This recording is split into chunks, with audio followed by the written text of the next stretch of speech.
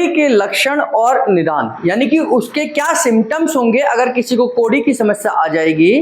तो कोढ़ी की समस्या जब आ जाएगी तो आपको छाती के हिस्से में दर्द हो सकता है, भारीपन हो सकता है, मीठा मीठा सा दर्द हो सकता है, यहाँ पर एक आपको अंदर से बेचैनी हो सकती है, और कई बार आपकी कोढ़ी और आपका हाइटर सर्दियाँ दोनों एक साथ हो जाएंगे तो कई बार आपको थूक बार बार आएगा, बार बार थूक आपको परेशान करेगा, बार बार एसिड आपको रिफ्लेक्ट करेगा, बार बार आपको उबकाई आएगी, बार बार आपको ऐसा लगेगा कि मुंह के अंदर थूक आ रहा है ना। तो कोढ़ी की समस्या में आपको ये सिम्टम्स होंगे कि, और अगर ये बच्चों को हो जाती है तो बच्चे जो दूध पीने वाले बच्चे हैं वो दूध पीना बंद कर देते हैं, खाना पीना बंद कर देते हैं, और आपको खाने में भी दिक्कत होगी, खाना निगलने में भी दिक्कत होगी, आपको पानी निगलने में भी दिक्कत होगी, क्योंकि कोढ़ी के पीछे आपका ईसोफेगस है। तो अगर कोढ़ी पीछे से की तरफ शिफ्ट हो जाएगी तो ये ईसोफेगस को सप्रेस करेगी, ईसोफेगस को दबाएगी, और यह आपकी फूड पाइप को भी कोई परेशानी का कारण बन जाएगी, यानी कि आपको खाना खाने में दिक्कत, निगलने में दिक्कत और पानी पीने में भी दिक्कत होगी। तो इस वजह से आपका यहाँ का हिस्सा सारा का सारा डिस्टर्ब हो जाएगा, कंजक्शन हो जाएगा, आपका यहाँ पर भारीपन आ जाएगा। अब कोढ़ी को हम डायग्नोज कैसे करेंगे ये समझ लेते हैं। तो ये कोढ़ी क्या है कि जब हम कोढ़ी को समझेंगे, ये स्टर्नम बोन है, ये स्टर्नम बोन है, यहाँ तक स्टर्नम बोन है और यहाँ पर भी स्टर्नम बोन है। यहाँ देखिए ये जो हिस्सा है, ये जो लास्ट बोन है इनका, ये पार्ट हमें दिखाई दे रहा है कि यहाँ पर अगर मैं दबा रहा हूँ, जैसे देखिए मैं यहाँ दबा रहा हूँ तो ये मस्कुलर पार्ट है, मुझे बिल्कुल साफ साफ नजर आ रहा है कि ये मस्कुलर पार्ट है। यहाँ मैं दबा रहा हूँ तो ये हड्डी है, यहाँ दबा रहा हूँ तो ये मस्कुलर पार्ट है, ये हड्डी है।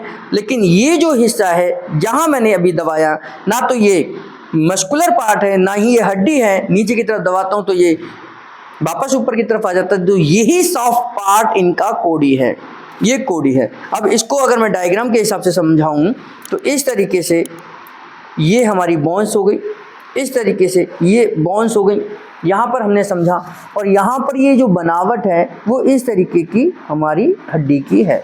तो यहाँ पर जब मैं इसको प्रेस कर रहा हूँ, इस पॉइंट पर प्रेस कर रहा हूँ, तो यहाँ पर इनको, यहाँ पर अगर जिनको कोढ़ी की समस्या होगी, यानी कि यहाँ पर कोढ़ी की समस्या होगी, तो ये यहाँ पर दिक्कत होगी, है ना।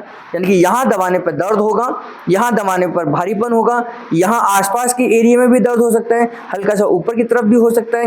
कई सारे लोगों को ये कोढ़ी नीचे की तरफ खिसक जाती है तो बीच में एक गड्ढा सा बन जाता है, यानी कि नीचे थोड़ा टाइट हो जाएगा, ऊपर की तरफ हड्डी है और बीच में ऐसा लगेगा कोई गड्ढा सा हो गया, यानी कि कोढ़ी जो है नीचे की तरफ खिसक गई है। तो कोढ़ी नीचे भी खिसक सकती है और बीच में गड्ढा बन जाएगा।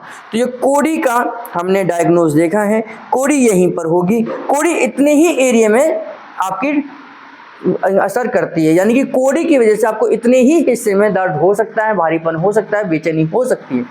किसी ने कहा कि कोढ़ी मेरी यहाँ चली गई है, तो कोढ़ी यहाँ नहीं जा सकती है, ये भी हमें ध्यान करना है। एक पेशेंट आए हमारे पास जिन्होंने कहा कि मेरी कोढ़ी पीछे की तरफ आ गई है, तो इतनी दूर कोढ़ी नहीं जा सकती है। जो मैंने ये बॉक्स बनाया है ये कोढ़ी का दायरा है, इतनी ज़्यादा दूर ऊपर नीचे नहीं जा सकती है। कोढ़ी का जो भी इफेक्टिव एरिया है वो इसी बॉक्स के अंदर बना रहेगा, यानी कि इतने ही हिस्से में ऊपर नीचे दाएं बाएं कोढ़ी हो सकती है।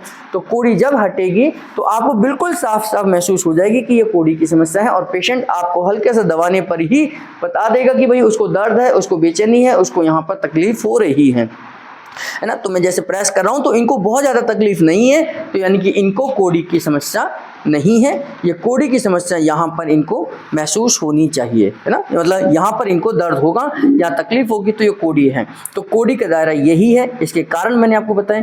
और चेक हम इसी तरीके से करेंगे कि हम यहाँ पर इस तरीके से अंगूठा रखेंगे, जैसे ये हड्डी है तो हमें समझ आ गई हड्डी है, यहाँ पर चेक करेंगे, यहाँ पर चेक करेंगे। और कोढ़ी को हम दूसरे किसी भी तरीके से चेक नहीं कर सकते हैं। कोढ़ी को हमारे लिए हमें डायग्नोज कोढ़ी के ऊपर ही डायग्नोज होगा, यानी कोढ़ी के ऊपर ही हमें प्रेस करके चेक करनी है कि ये कोढ़ी है या नहीं है ना। हम जैसे नाभि को तो हम बहुत अलग अलग तरीक़ों से चेक कर सकते हैं, लेकिन कोढ़ी को हमें डायरेक्ट कोढ़ी के ऊपर ही चेक करना है। इसको हम जाइफोइड प्लेक्सिस कहते हैं, प्रोसेस कहते हैं, जो कि हमारे स्टर्नम बोन का लार्ज सॉफ्ट भाग है जो अपनी जगह से कई बार खिसक जाता है। जैसे कई बार हमारे दूसरे ऑर्गन्स भी खिसक जाते हैं, कई बार दूसरे ऑर्गन्स भी डिस्टर्ब हो जाते हैं, तो उसकी वजह से भी हमें परेशानियां आती है, हमारे को दिक्कतें आ सकती हैं। जैसे डिस्क अपनी जगह से खिसकती है तो वो भी हमारे को दिक्कत करती हैं। ये भी एक तरीके का इसका डिस्क का ही हिस्सा है जो यहाँ से खिसकता है और हमारी बीमारी का कारण बनता है। आपको ध्यान होगा कि अगर हमारी L5 और S1 से डिस्क खिसक जाए तो हमारे पूरे पैर में दर्द जा सकता है। यानी कि एक हिस्से की अगर डिस्क खिसकती है तो हमारे पूरे पैर में दर्द जा सकता है। तो यहाँ से भी जब हमारी कोड़ी खिसकेगी तो उसकी वजह से भी हमारा पूरा का पूरा डाइजेस्टिव सिस्टम डिस्टर्ब हो सकता है।